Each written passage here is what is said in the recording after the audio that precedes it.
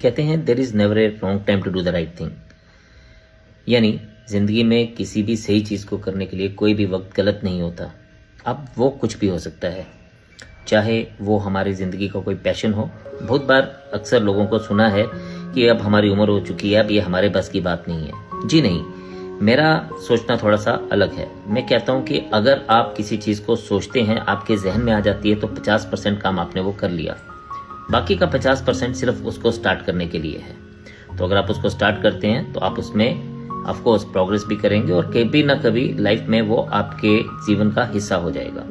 और यही बात रिश्तों पे भी लागू होती है। अगर हम कभी सोचें कि हमने इस पर्टिकुलर रिलेशन पे को बेटर करना है, उसका रिश्ते को अच्छा करना है, कई बार अक्सर देखा गया है लोग एक दूसरे के साथ मनमुटाव में रहते हैं, और अगर हम उस मनमुटाव को मिटाना चाहें तो हम मिटा भी सकते हैं अगर हम लोग शुरुआत करें।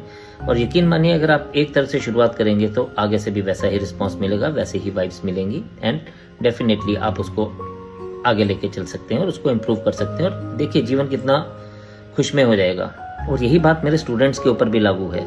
कई बार एक एग्जाम को देने के बाद वो निराश हताश हो जाते हैं, कई बार सक्सेसफुल नहीं हो पाते। तो जीवन का मतलब ये नहीं है कि आपने कोशिश की, बड़ी जोर शोर से कोशिश की और आप उसमें हार गए, बस अब जिंदगी खत्म होगी, नहीं।